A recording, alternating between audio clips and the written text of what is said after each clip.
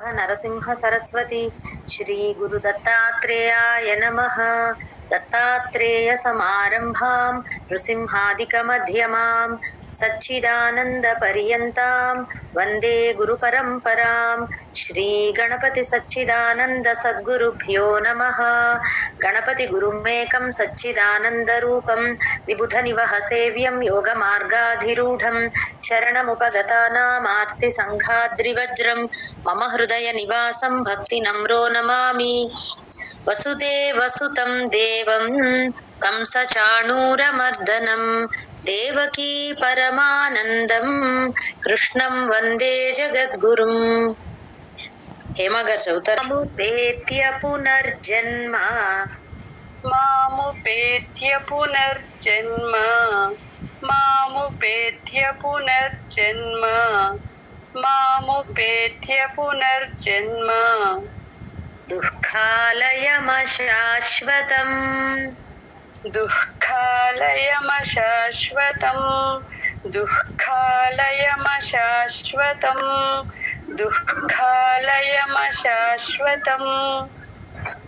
నాప్నువంతి మహాత్మానః నాప్నువంతి మహాత్మానః నాప్నువంతి మహాత్మానః నాప్నువంతి మహాత్మానః సంసిద్ధిం పరమాం గతాః. సంసిద్ధిం మొత్తం సున్నా పలకాలి. పరమాం గతాః అని ఎమ్మన్న పలకచ్చు, లేకపోతే కలిపేయచ్చు. పరమాం గతాః అని కూడా అనొచ్చండి, మీ ఇష్టం. నేను పరమాం గతాః అని చదివేస్తాము. ఓకే. సంసిద్ధిం పరమాం గతాః సంసిద్ధిం పరమాం గతాః సంసిద్ధిం పరమాం గతాః మాముపేత్య పునర్జన్మ దుఃఖాలయమశాశ్వతం మాముపేత్య పునర్జన్మ దుఃఖాలయమశాశ్వతం మాముపేత్య పునర్జన్మ దుఃఖాలయమశాశ్వతం మాముపేత్య పునర్జన్మ దుఃఖాలయమశాశ్వతం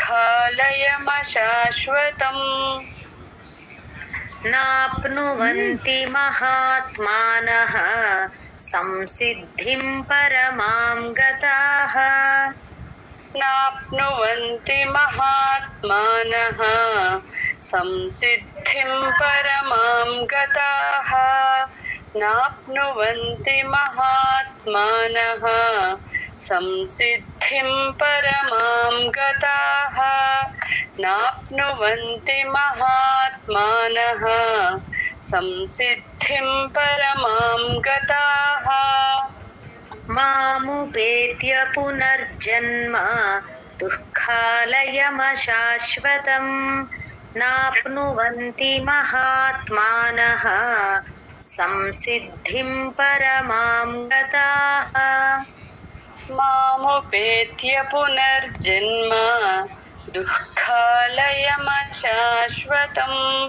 నాప్నువంతి మహాత్మానః సంసిద్ధిం పరమాం గతాః మాముపేత్య పునర్జన్మ దుఃఖాలయమశాశ్వతం నాప్నువంతి మహాత్మానః సంసిద్ధిం పరమాం గతాః మాముపేత్య పునర్జన్మ దుఃఖాలయమశాశ్వతం నాప్నువంతి మహాత్మానః సంసిద్ధిం పరమాం గతాః మాముపేత్య పునర్జన్మ దుఃఖాలయమశాశ్వతం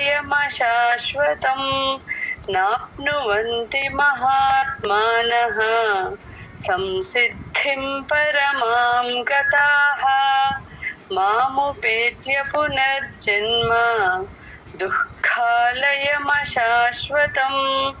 నాప్నువంతి మహాత్మానః సంసిద్ధిం పరమాం గతాః మాముపేత్య పునర్జన్మ దుఃఖాలయమశాశ్వతం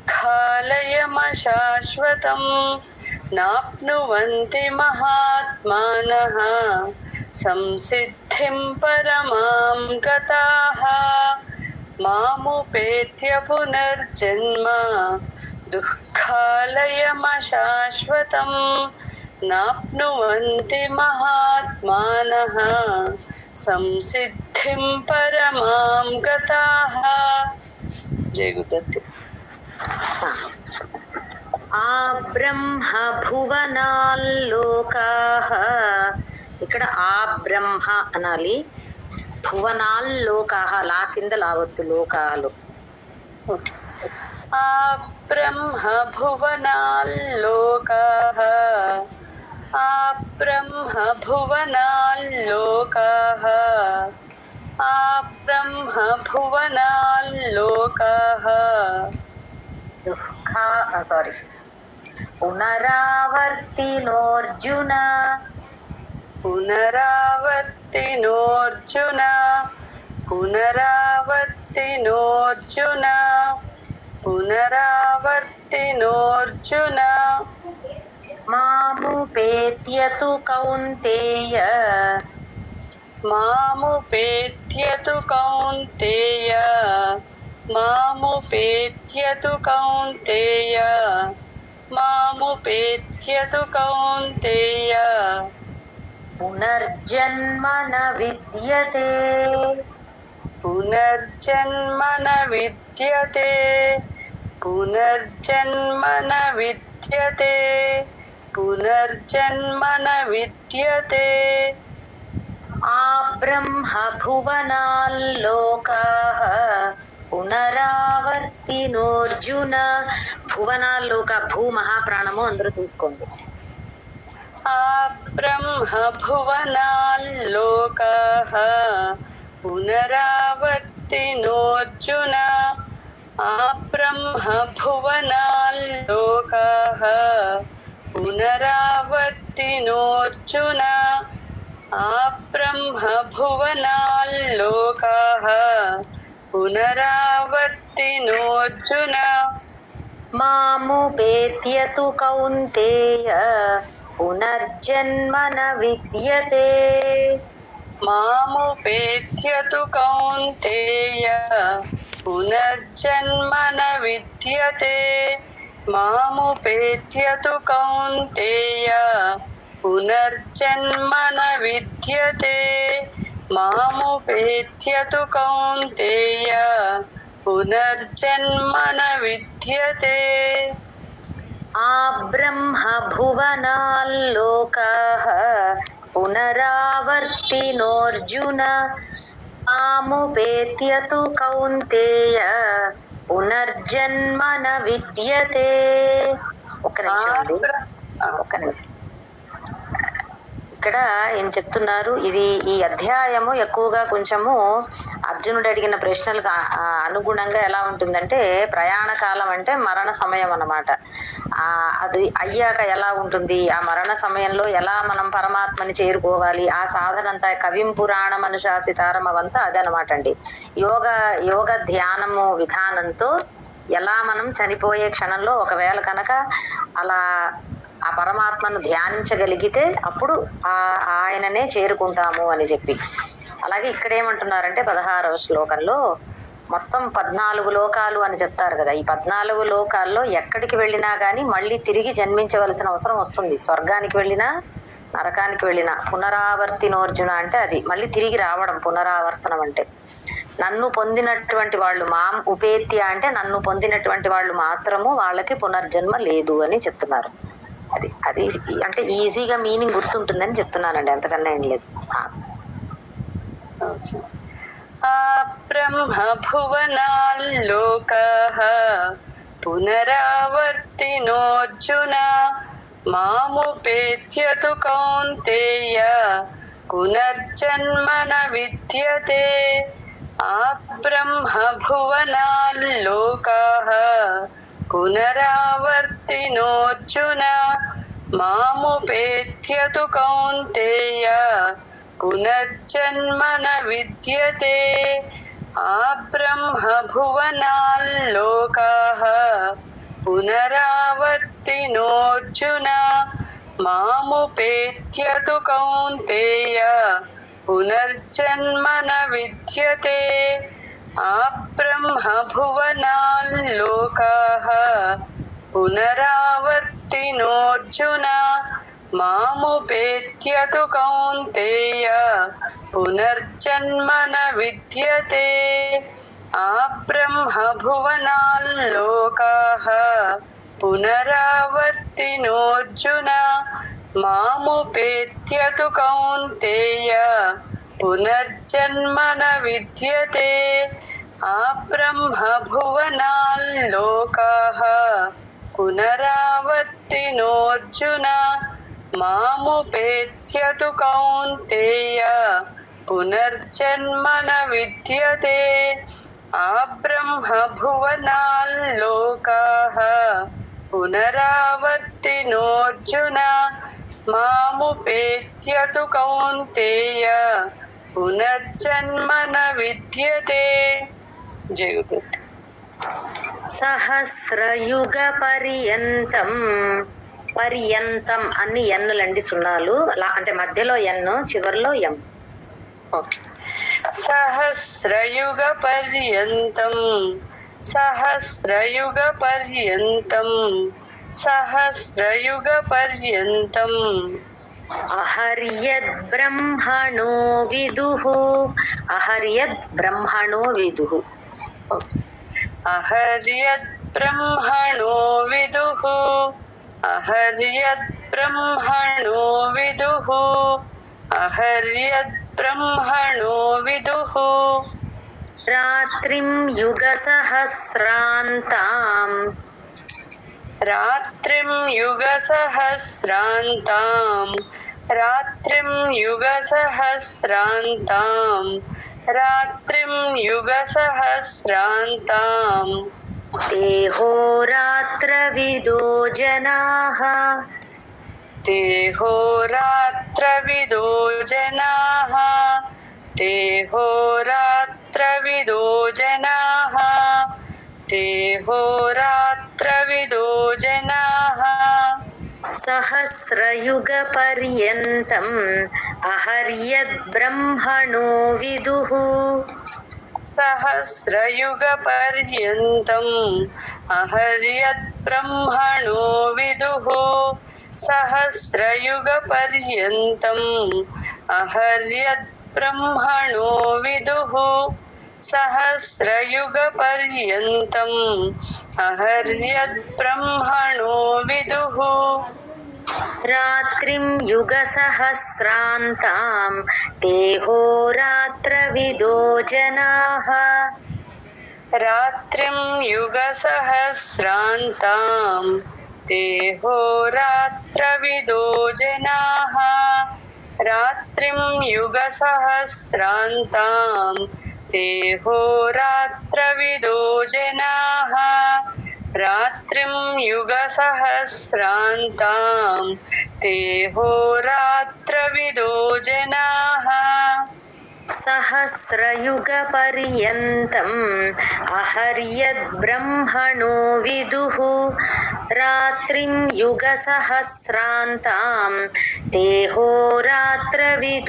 జనాః సహస్రయుగ పర్యంతం అహర్యద్ బ్రహ్మణో విదుః రాత్రిం యుగ సహస్రాంతాం దేహోరాత్రవిదో జనాః సహస్రయుగ పర్యంతం అహర్యద్ బ్రహ్మణో విదుః రాత్రిం యుగ సహస్రాంతాం దేహోరాత్రవిదో జనాః సహస్రయుగ పర్యంతం అహర్యద్ బ్రహ్మణో విదుః రాత్రిం యుగ సహస్రాంతాం దేహోరాత్రవిదో జనాః सहस्रयुगपर्यन्तम् अहर्यद्ब्रह्मणो विदुः रात्रिं युगसहस्रान्तां ते होरात्रविदो जनाः सहस्रयुगपर्यन्तम् अहर्यद्ब्रह्मणो विदुः रात्रिं युगसहस्रान्तां ते होरात्रविदो जनाः सहस्रयुगपर्यन्तम् अहर्यद्ब्रह्मणो विदुः रात्रिं युगसहस्रान्तां ते होरात्रविदो जनाः सहस्रयुगपर्यन्तम् अहर्यद्ब्रह्मणो विदुः रात्रिं युगसहस्रान्तां ते होरात्रविदो जनाः। అవ్యక్తాద్వ్యక్తయः సర్వాః అవ్యక్తాద్ వ్యక్తయः సర్వా సా కింద సావొత్తు సర్వా చెప్పేటప్పుడు अव्यक्ताद्व्यक्तयः सर्वाः अव्यक्ताद्व्यक्तयः सर्वाः अव्यक्ताद्व्यक्तयः सर्वाः ప్రభవంత్యః రాగమే వంతి అక్కడ प्रभवन्त्यः रागमे प्रभवन्त्यः रागमे प्रभवन्त्यः रागमे రాత్ర్యాగమే ప్రలీయంతే రాత్ర్యా తా కింద రావత్తు యావత్తు చూసుకోండి అందరూ रात्र्यागमे प्रलीयन्ते रात्र्यागमे प्रलीयन्ते रात्र्यागमे प्रलीयन्ते ప్రలీయంతేలో లా మామూలు లకారం ప్రళీ అని అనొద్దు ఎవరు ప్రలీయంతే మామూలు తత్రైవావ్యక్త సంజ్ఞకే तत्रैवाव्यक्त संज्ञके మొత్తం ఎం అండి तत्रैवाव्यक्त संज्ञके तत्रैवाव्यक्त संज्ञके तत्रैवाव्यक्त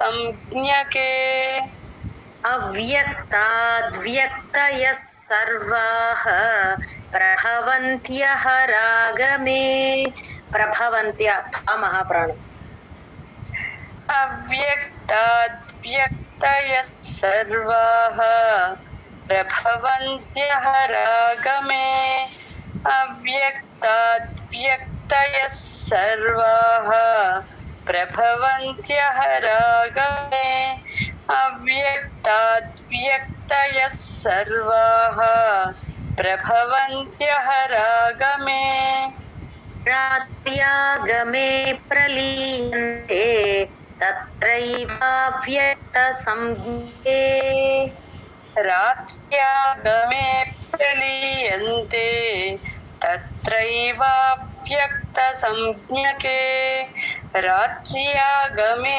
प्रलीयन्ते तत्रैवाव्यक्त संज्ञके रात्र्यागमे రాత్ర్యా త్రియా టిఆర్వైఏ సౌండ్ రావాలి ఆ ప్రకారం అంతగా వినిపించట్లే रात्र्या రాత్ర్యా త్రియా रात्र्या అలా అలా పలకాలి रात्र्यागमे प्रलीयन्ते तत्रैवाव्यक्त संज्ञके रात्र्यागमे प्रलीयन्ते तत्रैवाव्यक्त संज्ञके అది కొంచెం ప్రాక్టీస్ చేయండి త్రియా అనే వర్డ్ ओके అవ్యక్తాద్వ్యక్తయः సర్వాః ప్రభవంత్యః రాగమే రాత్ర్యాగమే ప్రలీయంతే తత్రైవావ్యక్త సంజ్ఞకే अव्यक्ताद्व्यक्तयः सर्वाः प्रभवन्त्यः रागमे रात्र्यागमे प्रलीयन्ते तत्रैवाव्यक्तसंज्ञके अव्यक्ताद्व्यक्तयः सर्वाः प्रभवन्त्यः रागमे रात्र्यागमे प्रलीयन्ते तत्रैवाव्यक्तसंज्ञके अव्यक्ताद्व्यक्तयः सर्वाः प्रभवन्त्यः रागमे रात्र्यागमे प्रलीयन्ते तत्रैवाव्यक्तसंज्ञके अव्यक्ताद्व्यक्तयः सर्वाः प्रभवन्त्यः रागमे रात्र्यागमे प्रलीयन्ते तत्रैवाव्यक्तसंज्ञके अव्यक्ताद्व्यक्तयः सर्वाः प्रभवन्त्यः रागमे रात्र्यागमे प्रलीयन्ते तत्रैवाव्यक्तसंज्ञके अव्यक्ताद्व्यक्तयः सर्वाः प्रभवन्त्यः रागमे रात्र्यागमे प्रलीयन्ते तत्रैवाव्यक्तसंज्ञके अव्यक्ताद्व्यक्तयः सर्वाः प्रभवन्त्यः रागमे रात्र्यागमे प्रलीयन्ते तत्रैवाव्यक्तसंज्ञके जय गुरु భూతగ్రామస్స ఏవాయం భూతగ్రామ అనాలి గ్రా దగ్గర సా కింద సావొత్తు సా దగ్గర ఏవాయం గ్యాప్ ఇచ్చి ఏవాయం అనుకోండి భూతగ్రామస్స ఏవాయం భూతగ్రామస్స ఏవాయం భూతగ్రామస్స ఏవాయం భూత్వా భూత్వా ప్రలీయతే భూత్వా భూత్వా ప్రలీయతే భూత్వా భూత్వా ప్రలీయతే భూత్వా భూత్వా ప్రలీయతే రాత్ర్యాగమే వశః పార్థ रात्र्यागमे वशः पार्थ रात्र्यागमे वशः पार्थ रात्र्यागमे वशः पार्थ ప్రభవత్యః రాగమే ఇక్కడ ప్రభవత్య ఇందాక 18వ శ్లోకంలో ప్రభవంత్య ఈ రెండు డిఫరెన్స్ చూసుకోండి प्रभवत्यः रागमे प्रभवत्यः रागमे प्रभवत्यः रागमे